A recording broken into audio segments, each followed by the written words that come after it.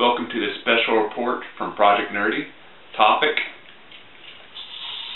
Star Wars and Disney.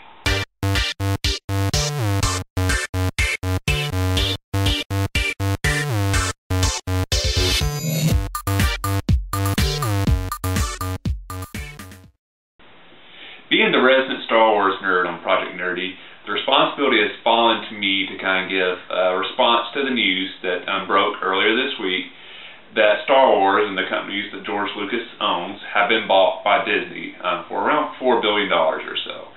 This has been huge news the past week, so I'm sure everybody's already heard this news.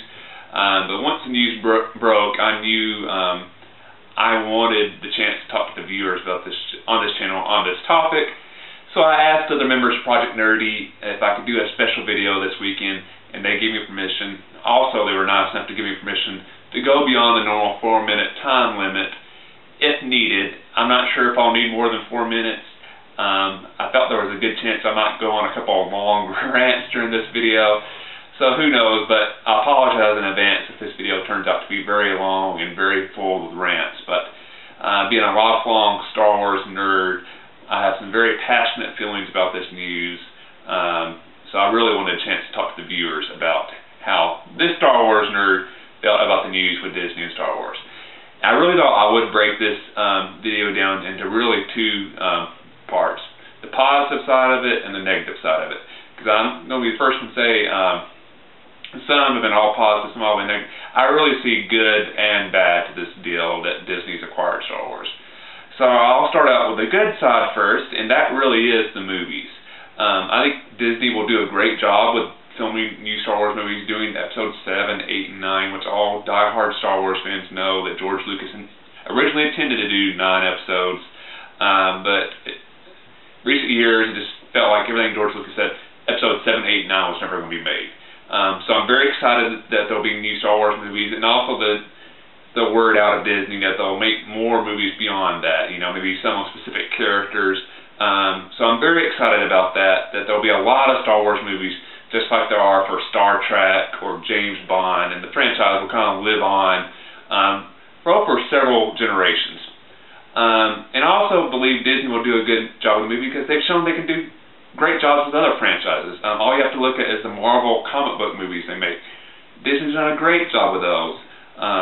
This is not really a franchise per se, but the Pixar movies, which most of them have been under the Disney umbrella, Disney's done a great job with them. So I'm sure Disney will do an awesome job with Star Wars, especially these upcoming movies.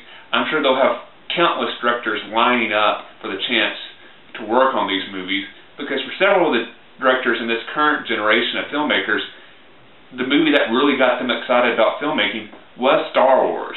So I'm sure there's countless directors and writers that are just dying for the chance to kind of put their stamp on the Star Wars movies. I can easily see whoever gets the chance to do the next Star Wars movie being able to reinvigorate the franchise, much like J.J. Abrams has done with the Star Trek movie franchise. So I think the movies will turn out great.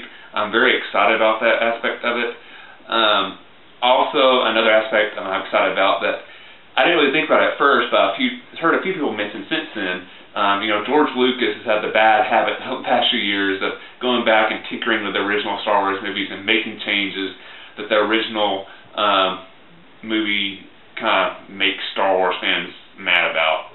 Best example is, you know, originally Han shot first in Star Wars, and George Lucas went back and changed that fact, and that really ticked off a lot of Star Wars fans. And there's a lot of other small changes he's made and stuff.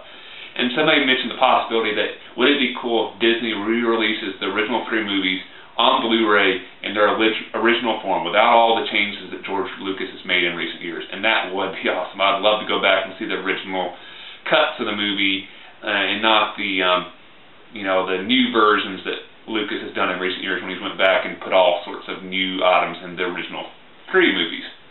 So that's great news. So like on the movie side, I think it's going to be very, very positive news. The one thing I do hope they avoid with the movies is they, kind of like with the Star Trek movie a few years ago, it got to where they made so many that the franchise really ran out of legs until J.J. Abrams really breathed some fresh air into it.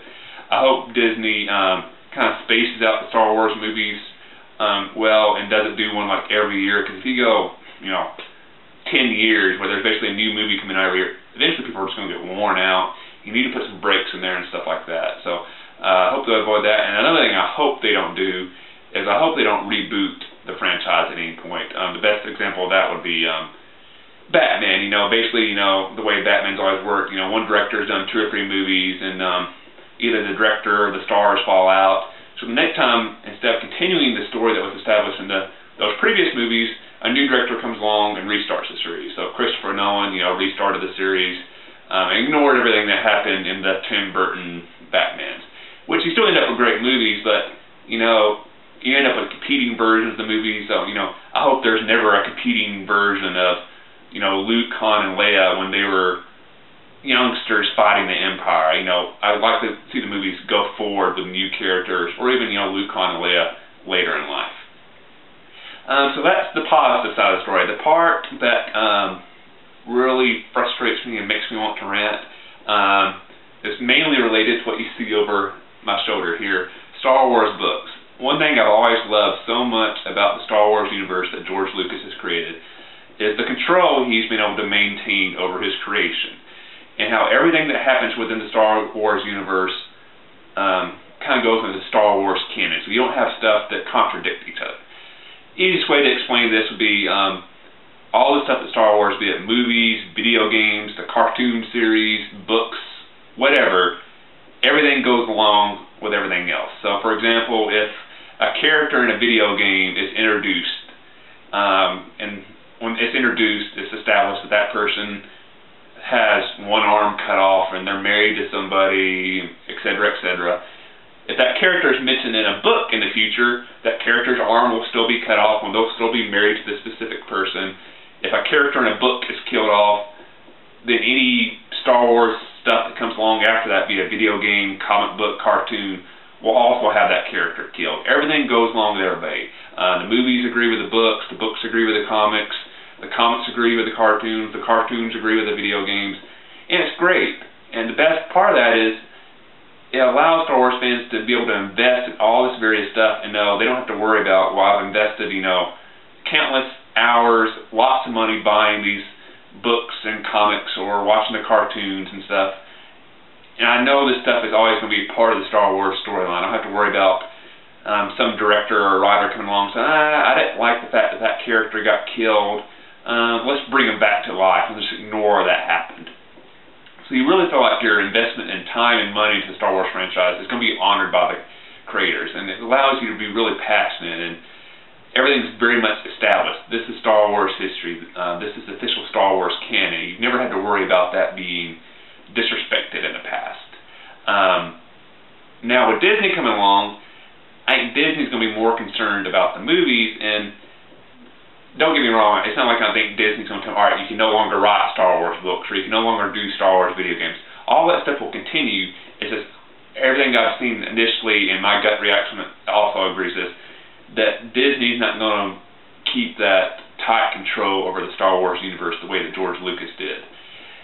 And that stuff that now happens in the books probably won't agree with the movies, or maybe the better way to phrase it, when Disney starts the new Star Wars movies, episodes 7, 8, 9 to begin with, which they've indicated will take place, several years after Return of the Jedi, everybody's pretty darn sure, and I would probably put my percentage of this at like 95% sure, that stuff that's going to happen in the movies is probably not going to go along with the stuff that's happened in the books, because the majority of Star Wars books that have been written are set after the Return of the Jedi, and this went, 30, 40 years after Return of the Jedi. I've read 70, 80 books, so that period of Star Wars history has been very much well established. So it'd be very hard to do a movie in that time period unless you base it on a book. You're going to contradict something really easily. And also, it kind of makes sense for Disney. They probably don't want to follow the books because a lot of the characters in the books are people that just the casual moviegoers never heard of these Star Wars characters because they've only been mentioned in books. A specific book character that's really popular with diehard Star Wars nerds is not going to be known by the common public, and it's probably not a good idea to base a Star Wars movie off them. So what you're probably going to end up happening is, the Star Wars universe is going to break into half. There's going to be a Star Wars movie universe, and there's going to be the book universe. And the books and the movies aren't necessarily going to agree anymore.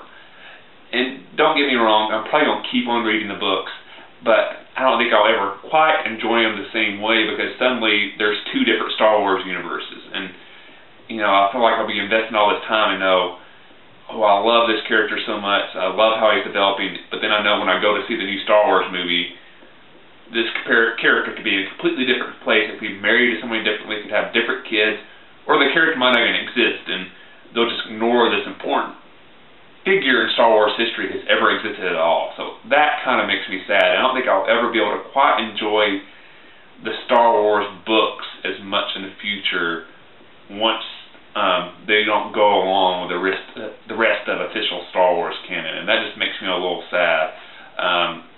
Love reading Star Wars books, and I think, you know, suddenly my enjoyment level will just go down a little bit, and it just won't feel the same anymore. So that part makes me really, really sad.